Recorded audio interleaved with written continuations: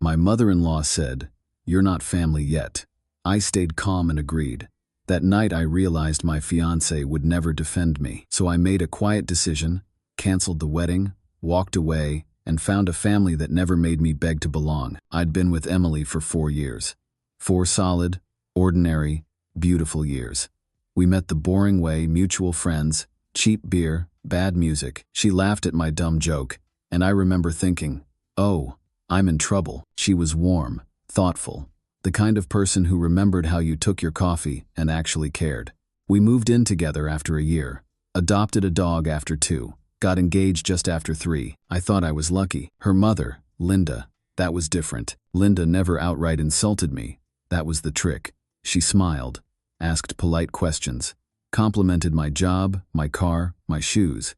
But there was always this thin layer of something underneath, like she was constantly evaluating me, measuring, finding me slightly lacking. At first, I told myself I was imagining it. She's just protective. She'll warm up. Give it time. Time didn't help. When Emily and I announced our engagement, Linda hugged her daughter tight.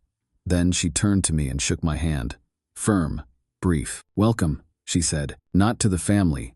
Just welcome." Wedding planning exposed everything. Linda wanted opinions on everything. The venue, the food, the guest list, the flowers. She'd say things like, "In our family, we usually do it this way," or "Emily has always dreamed of," even when Emily clearly hadn't. I tried to stay out of it, tried to be the easygoing guy, the future son-in-law who didn't rock the boat. But little things kept piling up. She'd invite Emily to family dinners and conveniently forget to tell me. Or she'd mention conversations I was never part of. "Oh, Emily and I talked about that already." Once, when I suggested inviting my aunt and uncle who practically raised me, Linda tilted her head and smiled. "Well, we have to prioritize real family." I laughed it off. I shouldn't have. Emily noticed some of it. She apologized when she could, but she also minimized. That's just how she is. She doesn't mean it like that. She'll come around after the wedding. That phrase stuck with me. After the wedding. Like the wedding was some magical checkpoint where I'd finally earned my place. The breaking point came 3 months before the ceremony. Linda was hosting a dinner to finalize details. Emily was excited. I wasn't thrilled, but I went. I always went. Her house was spotless, like a magazine spread, the kind of place where you're scared to sit down wrong. We ate. We talked about seating arrangements. Linda poured wine generously for Emily, barely touched my glass. Then the topic of finances came up. Linda mentioned that she and Emily's father were contributing a sizable amount. I thanked her. Sincerely, it mattered. That's when she looked at me. "Of course," she said, "we're doing this for our daughter. We have to protect our family." Something about the way she said it made my stomach tighten. I nodded. "I understand." She paused, fork hovering in the air. Then she said it. "Well, you're not family yet." The room went silent. Emily shifted uncomfortably. "Mom," Linda waved her hand. "I'm just being honest. Marriage is serious. We can't pretend." I felt my face burn. My ears rang. But I kept my voice calm. "We're getting married," I said. "In 3 months." She smiled. Tight, polite, yes. But until then, she didn't finish the sentence. She didn't have to. I looked at Emily, waiting, hoping. She didn't meet my eyes. That was the moment. I'm alone here, I realized. And I always will be. I swallowed. Took a breath. Then I did something that surprised even me. "I agree," I said. Linda blinked. "Excuse me?" "You're right," I continued, my voice steady. Too steady. "I'm not family yet." Emily finally looked at me, confused, a little scared. Dinner ended awkwardly after that. We left early. The drive home was quiet. Too quiet. Emily broke first. She didn't mean it the way it sounded. I gripped the steering wheel. "How did it sound to you?" She hesitated. "I mean, she's old-fashioned." There it was. Another excuse. That night, I didn't sleep. I stared at the ceiling while Emily breathed softly beside me. My mind replayed every moment, every comment, every time I'd swallowed my pride to keep the peace. "You're not family yet. What happens after the wedding? When there's a disagreement? When we have kids? When I need support? Would I ever be family? Or just the man who married her daughter?" By morning, I knew what I had to do, but knowing didn't make it easier. I made coffee, sat at the table, waited for Emily to wake up. When she did, she smiled. "Morning," I didn't smile back. "We need to talk," I said. Her smile faded, and that's where everything truly began to fall apart. Emily sat across from me, still in her pajamas, mug warming her hands. She looked tired. I probably did too. "What's wrong?" she asked. I took a breath. Slow. Careful.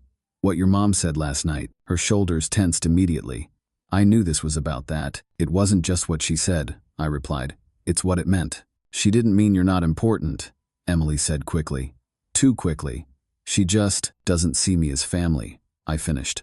After 4 years, after a ring, after planning a wedding. Emily looked down at her coffee, stirred it even though there was nothing in it. "She's always been like this," she murmured. "Once we're married, it'll be different." That sentence again. I leaned back in my chair. "Emily, what if it's not?" She looked up. "What do you mean? What if this is the best it ever gets?" I asked.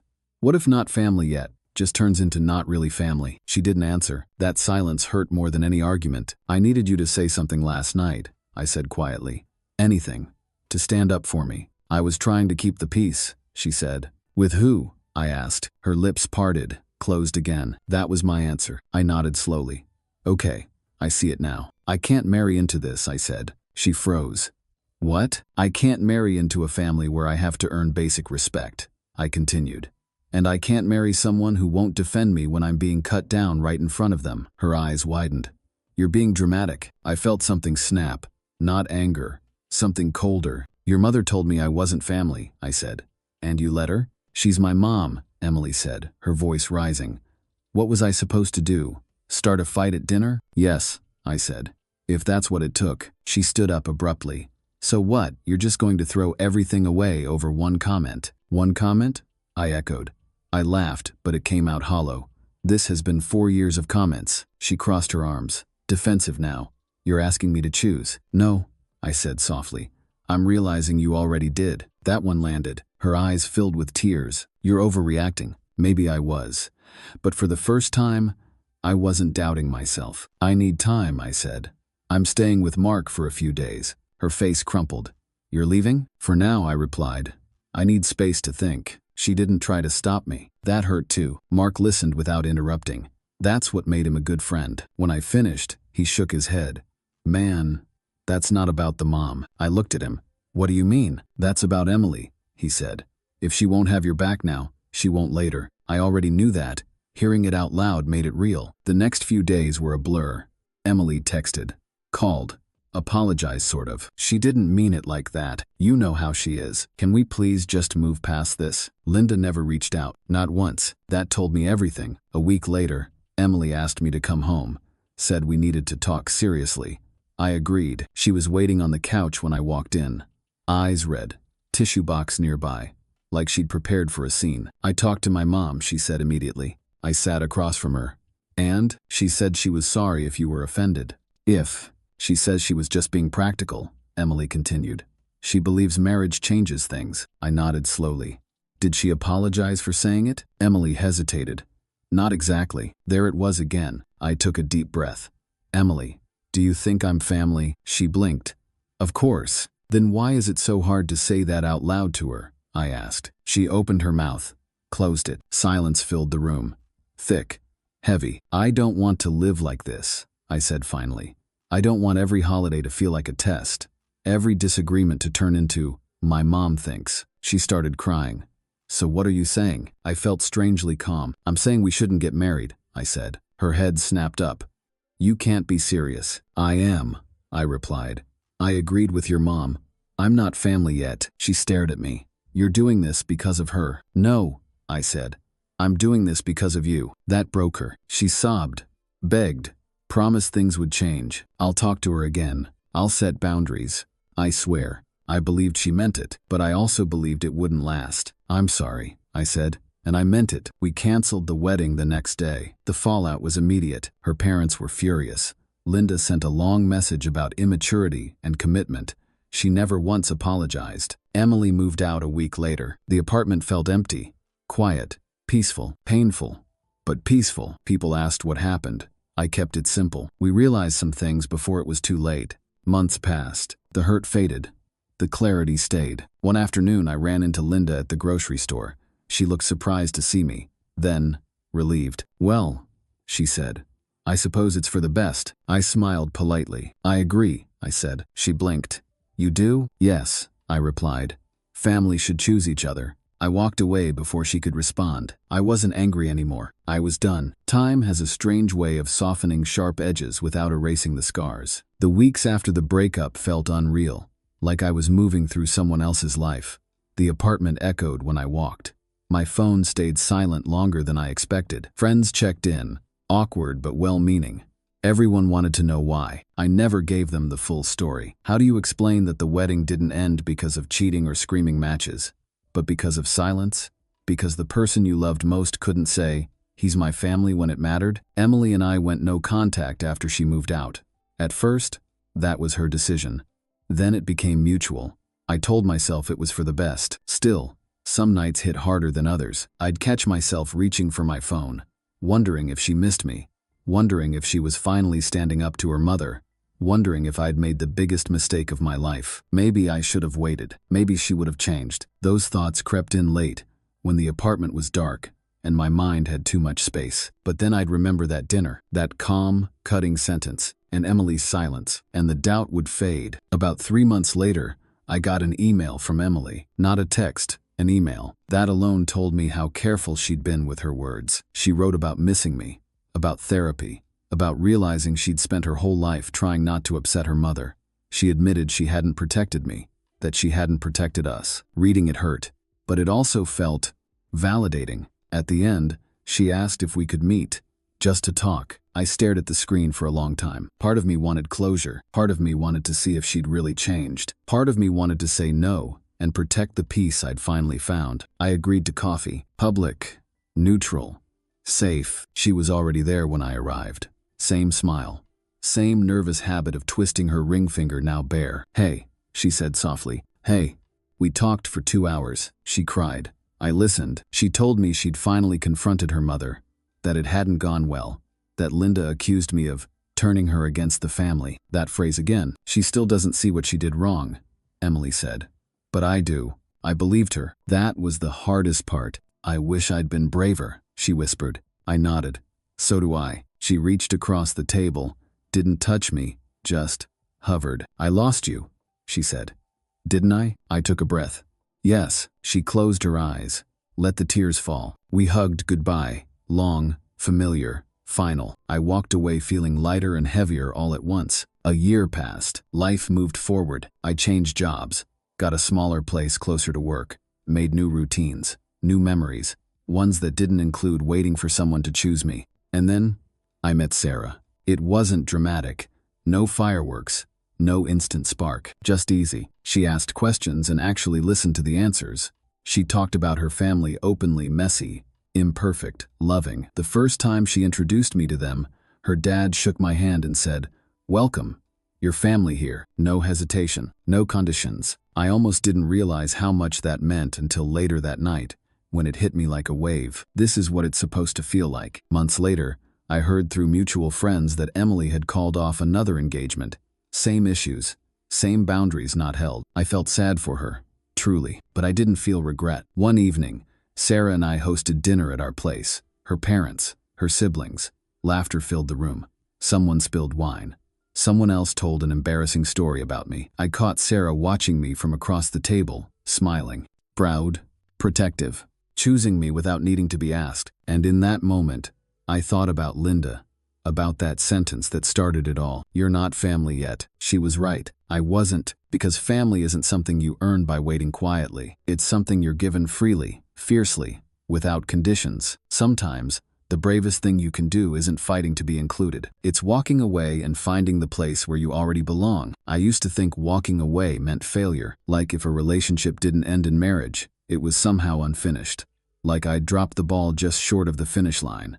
That belief haunted me for a while, quietly, persistently. But life has a way of teaching you things when you finally slow down enough to listen. Sarah and I took things slowly, on purpose. I told her everything early on, not in a dramatic dump, but honestly, about Emily, about Linda, about the wedding that almost happened. She didn't interrupt, didn't judge, just listened. When I finished, she reached for my hand and said, "That must have hurt." Not "why didn't you fight harder?" Not "maybe she'll change." Just, Acknowledgement. It was refreshing. Disarming. The first real test came around the holidays. Sarah invited me to Thanksgiving with her family. I hesitated. Old instincts kicked in. That familiar anxiety, will I fit? Will I be evaluated? Will I say the wrong thing? She noticed immediately. You don't have to come if you're not ready, she said. That alone told me everything, but I went. Her mom handed me a plate before I even sat down. Her brother roped me into a debate about sports like we'd known each other for years. Her dad asked about my job, and actually seemed interested in the answer. No one questioned my place at the table. At one point, Sarah's aunt asked how long we'd been together. Almost a year, Sarah said. Her aunt smiled. Well, you're family now. Just like that. No qualifier, no timelines, no yet. I excused myself to the bathroom and stood there for a minute, staring at my reflection. So this is what it feels like, I thought. That night, lying next to Sarah, I realized something important. The pain from my past relationship wasn't about losing Emily. It was about losing myself, trying to be enough for people who had already decided I wasn't. A few weeks later, I ran into Emily again, completely by chance. I was grabbing coffee before work when I saw her standing in line. For a second, I considered leaving. Old reflex. Avoid discomfort. But then she turned around and saw me. We froze. Hey, she said. Hey. She looked different. Not bad. Just quieter. Like someone who'd been through something. We sat down together. Not planned. Just happened. She asked about my life. I told her carefully. She told me she'd moved out of state. Started fresh. Distanced herself from her parents. I finally set boundaries, she said. There was pride in her voice. And sadness. I'm glad, I replied. And I meant it. She smiled weakly. I wish I'd done it sooner. I didn't say anything, because some truths don't need to be spoken. Before we parted, she looked at me and said, You deserved better than how I handled things. That was the closure I didn't know I'd been waiting for. I hope you find peace, I told her. She nodded. I hope you have. I walked away feeling complete. The proposal happened on an ordinary Tuesday. No crowd, no spectacle, just Sarah and me, cooking dinner together, music playing low. Garlic burning slightly in the pan. She was laughing about something stupid I'd said when I stopped her. Hey, I said. Can I ask you something? She raised an eyebrow. That sounds suspicious. I got down on one knee. Her hands flew to her mouth. Tears instantly. I don't promise perfection, I said. But I promise you'll never have to question whether you're chosen, because I choose you. Every day. She didn't even let me finish. Yes, she said. Yes. Later that night, she called her parents. Put me on speaker. Her mom cried. Her dad laughed. Her brother yelled something inappropriate in the background, and then her mom said, Welcome to the family, son. I closed my eyes. Full circle. Sometimes, I think about Linda, about that dinner. That one sentence that felt like a slap but turned out to be a gift. If she hadn't said it so plainly, so confidently, I might have gone through with the wedding. I might have spent years trying to prove my worth to people who measured love in conditions. I don't hate her. I don't even resent her anymore, because in trying to put me in my place, she showed me exactly where I didn't belong and where I deserved to be instead. Family isn't a gate you stand outside of, waiting for permission. It's a door that opens when someone chooses you without hesitation. Sometimes closure isn't peace. It's distance. And sometimes losing a wedding means gaining a life. The funny thing about happiness is how quiet it is when it finally arrives. No house, no proving, no waiting for the other shoe to drop. Just peace. The wedding with Sarah was nothing like the one I almost had. Smaller, simpler, ours. No power struggles over guest lists. No passive-aggressive comments disguised as tradition.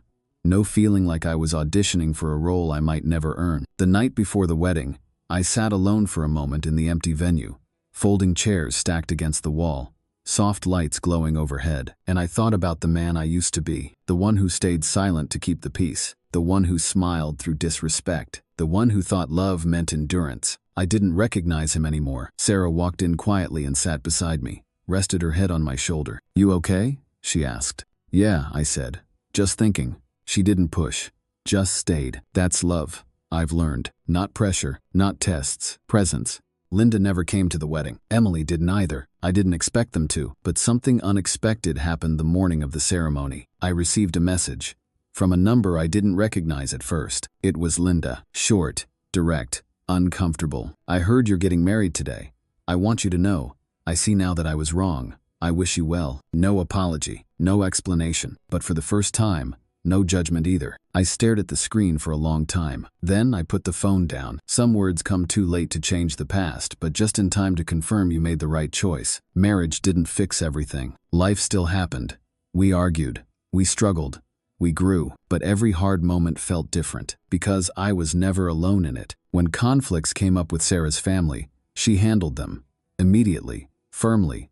Without drama. That's not okay, she'd say. He's my husband. Not yet. Not eventually. Now. I didn't have to ask. I didn't have to explain why it mattered. I was already chosen. One night, a few years in, Sarah asked me something that caught me off guard. Do you ever regret how things ended before? She asked gently. I thought about it. About Emily. About the almost wedding. About the man I was becoming back then. No, I said.